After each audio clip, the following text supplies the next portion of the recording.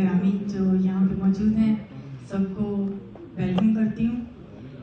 और मैं शुक्रगुजार हूँ कि पाक फेडरेशन ने मुझे मौका दिया कि मैं क्रिश्चियन कम्युनिटी की नुमाइंदगी करूँ।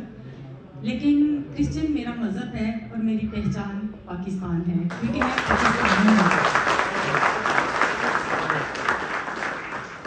और एक पाकिस्तानी होने के नाते जैसे कि हमेशा पाकिस्तान की फलाह बहबूद के लिए, पाकिस्तान के अच्छे कामों के लिए हमेशा पाकिस्तान में क्रिश्चियन कम्युनिटी ने हमेशा मुस्बत कदम अपना रोल अदा किया है और हमेशा कोशिश की है कि जहाँ भी हमारे वोट की कीमत जो है वो उसको सराहा जाए, बल्कि ज़रूरत पड़े हम उसकी नुमाइंदगी अच्छे तरीके से कर सकें।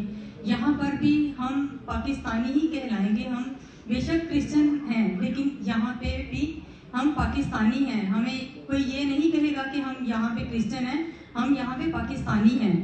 तो हमेशा अपने पाकिस्तान के लिए हमेशा हम हर कदम पर अपने जहाँ भी उसे हमारी ज़रूरत पड़ेगी, जैसे हमारे बुजुर्गों ने कुर्बानियाँ दी हैं, हम भी उसके लिए हाजिर हैं और हमेशा हाजिर रहेंगे।